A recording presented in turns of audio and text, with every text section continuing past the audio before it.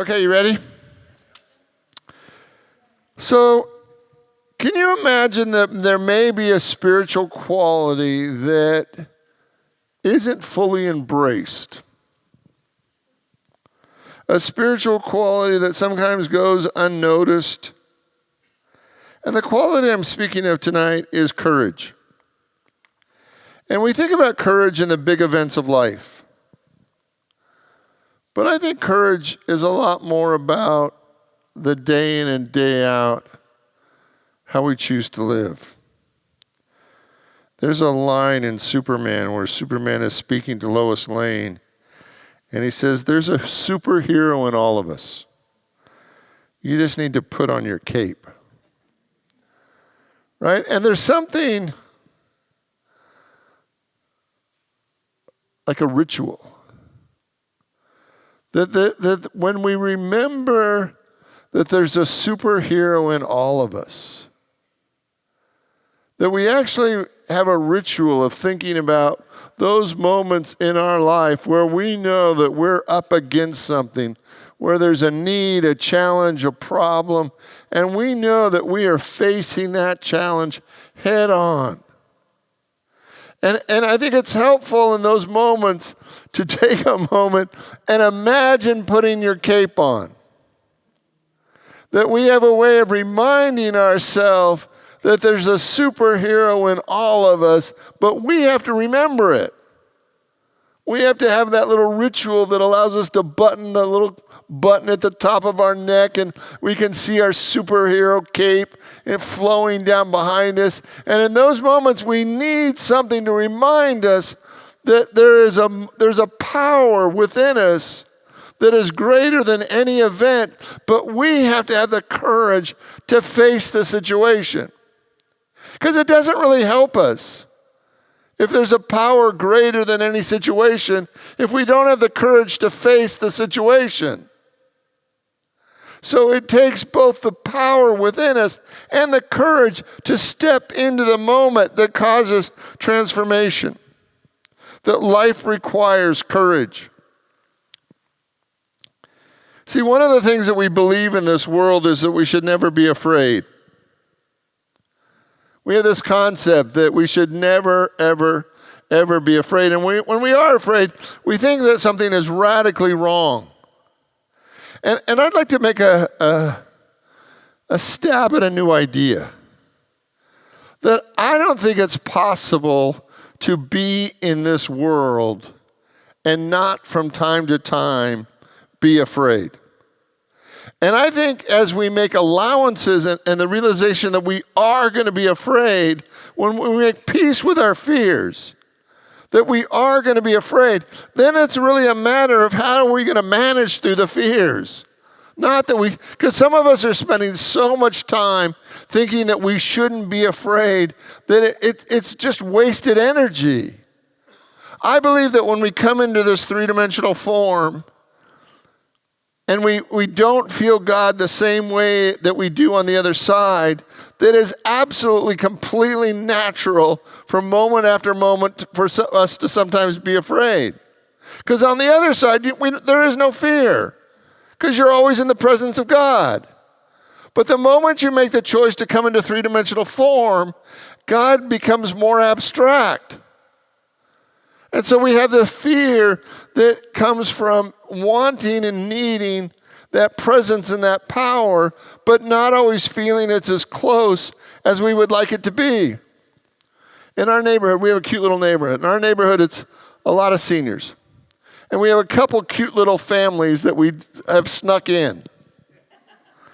And one of our favorite little families is a little boy and a little girl, and he's about 5, and she's just 18 months. And those of you that have seen pictures of my dogs, I have 2 big dogs.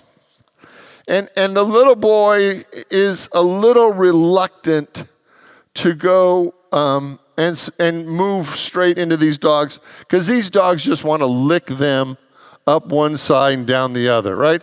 They would never hurt them. They just think they're a big old treat. And the more they lick them, the happier they are. And the little 18-year-old girl has no fear. She'll just run up the driveway. And so there's two dogs running one direction, a little muffet about 18 months running the other, and it's like all these eyes are trying to grab things and parts to try to keep them apart, and none of them want to be anywhere but completely just surrounded in this big puppy pile. And the little boy kind of grabs his mom's leg.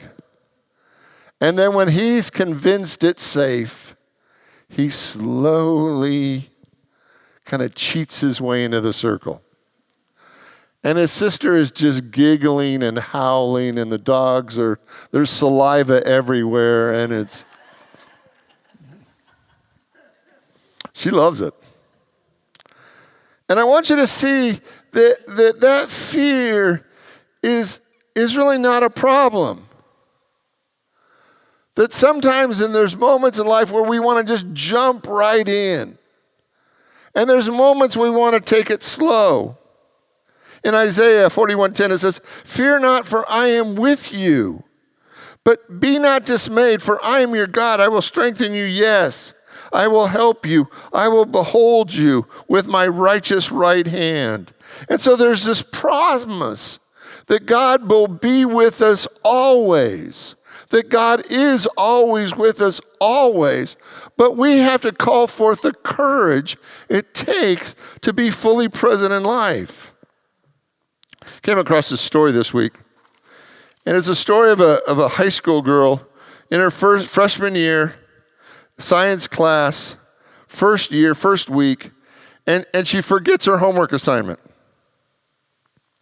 And her science professor, Mr. Snyder, says, when she asks if I can turn it in tomorrow, he says, "Only if you stand on my lab table in front of the entire room and sing joy to the world." She looked him in the eye. She smiled. She pushed back her chair. She proceeded to the front of a silent room with 25 sets of eyes on her back. Many of them belonged to students that she had not yet met. She climbed on the high black table, stood in her Madonna-inspired outfit with a mesh bow and a badly permed hair because it was 1986. She took a deep breath and proceeded to belt out every verse to "Jeremiah was a bullfrog."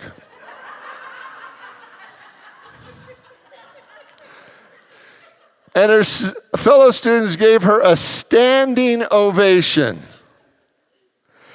Winston Churchill says, "Courage is not simply one of the virtues, but it is the form in every virtue as that virtue is being tested."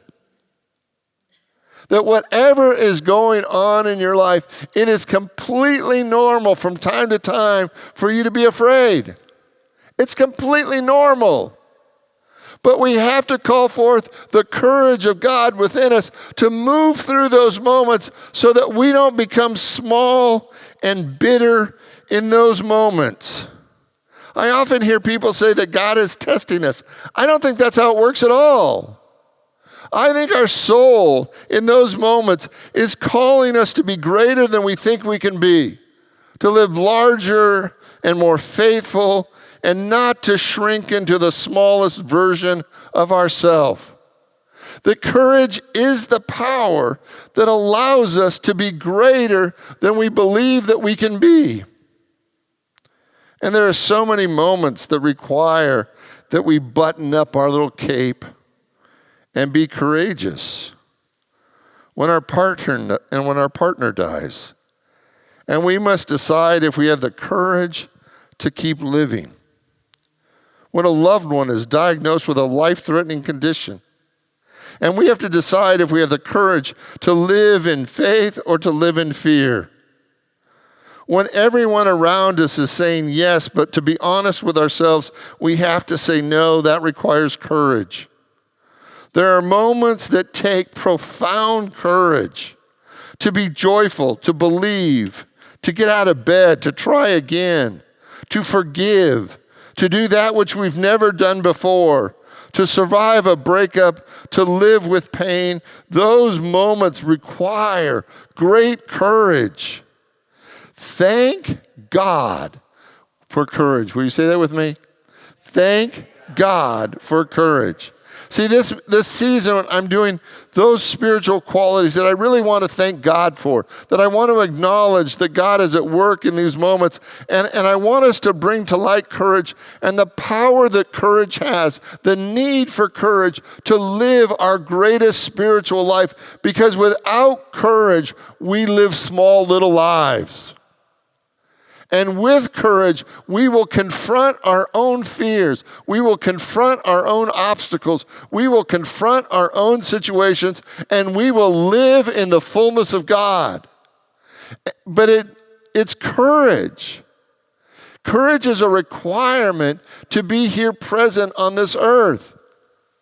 How many of you can have at least one area in your life that right now is taking all the courage you have to move through that obstacle? Anybody else? I mean, it takes courage. And when we don't acknowledge it, when we don't realize how much courage it takes for us to get out of bed or to be as great as we were born to be, then we kind of dismiss it. We miss the moment. Thank God for courage. There's a chief science officer for Equilibrium, Dr. Andrew Salty. And he broke courage down into 4 dimensions: the physical, social, moral, and creative. He said the first was physical courage. It's to embrace the challenge in front of you. He said when your brain enters into a threatened state, it triggers the fight or flight response. And that you actually can't tell if the embrace, if the challenge is psychological or spiritual or a saber-toothed tiger. That your brain handles them all the same. And that we have to get comfortable calling forth the courage within us to embrace those challenges. And every challenge that is before us requires courage. It requires it. For you to be the best version of yourself, it requires courage. Social courage. We have a fear of rejection. One study in the University of California showed that rejection activates the same region of the brain as the trigger response for fight or flight. When that girl was walking up to that lab table, do you think she was afraid? First year high school, can you imagine she might have been a little afraid? Can you imagine every other student in that classroom was at some level as horrified as she was? Because we all have that compassion, right? We all have that sense. And when she got up and sang that song, there was something in every student. That level of courage was activated in every student, watching someone go through and confront their greatest fear and do it anyway. You know, Susan Jeffers wrote the book some 30 years ago, Feel the Fear and Do It Anyway. And then there's moral courage. To think for yourself. Moral courage involves standing for what we believe to be true. There was a psychological study that found that under pressure, 75% of the participants would conform their belief to the accepted norm. 75% would conform their belief to what others expected them to believe. 75%. Were willing to give up doing what they thought was right to conform to the room. 75%. If we're going to change this planet, if we're going to change the world, we have to have the courage to stand up for what we believe. We have to have the moral capacity to say what's true for us. And the final one is the courage of creativity. Creativity is having the bravery to think outside the box, to go and to live your life the way you believe it is.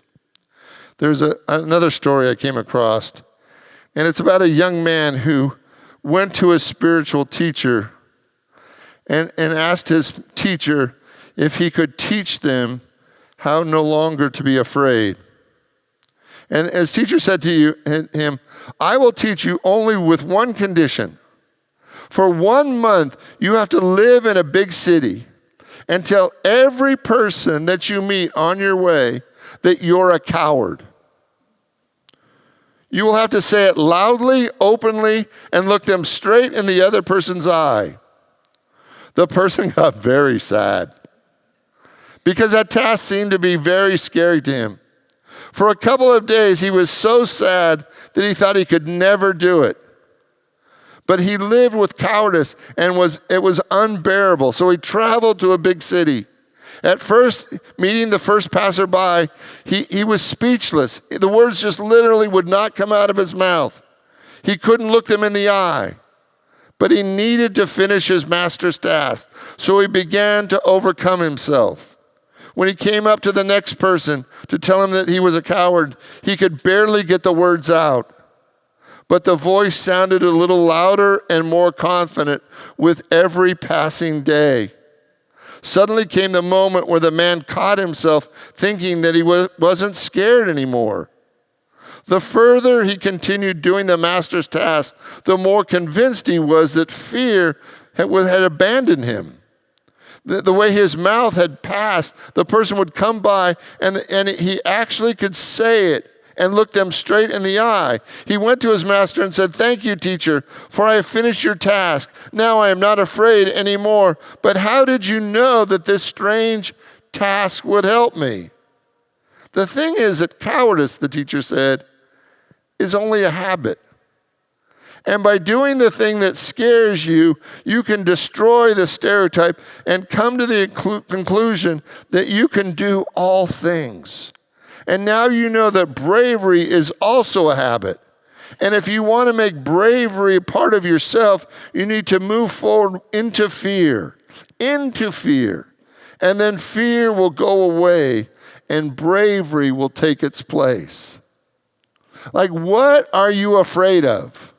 What is the challenge or the situation that has called you to play small? Because that's a reality for all of us in one way or another. A situation arises in our life and we think, well, I'll just get a little smaller. I'll just become a little less of who I am. And I can become just a little less and a little less, thinking that if we become small enough, we won't feel the fear. But the reality is that the smaller that we become, the more the fear encases us in limitations. So I have 5 statements that I invite you to say with me as we move into this thank you, God, for courage. The first one is, I claim my power and I refuse to give it away. Together, I claim my power and I refuse to give it away. One more time. I claim my power and I refuse to give it away. I live my life openly and brightly. Together, I live my life openly and brightly. I refuse to live small. Together, I refuse to live small.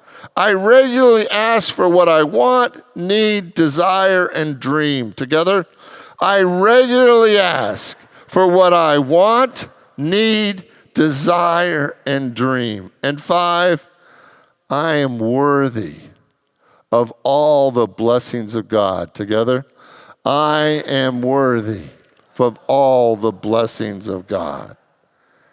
Today, where in your life are you being asked to live with more courage? And I absolutely believe we all are. There's moments where we have allowed ourselves to be smaller than we were born to be. And it truly takes courage to live a spiritual life. It takes courage to be in 3-dimensional form. It takes courage to interact with the people around us. It takes courage to honor what God has placed within our soul. It takes courage to live. And without courage, we just get so small. And yet we can never get small enough. Today, where do you need to live with more courage? Where do you need to call upon the power of God within you to move and to do that which God intends for you to do. I am courageous. Will you say that with me? I am courageous. Will you pray with me? And I invite you to open your mind and your heart to the power of God within you. That God is right there. That God stands right next to you. The infinite presence and power surrounds and enfolds you. The power of God moves through you. And yet today we need to call upon the courage to take the next step. Courage is a requirement to change our life. Courage is a requirement to heal, to transform, to move our planet forward. Courage is a requirement to express all that God is. So in the name and through the power of the living Christ, we give thanks. And so it is. Amen.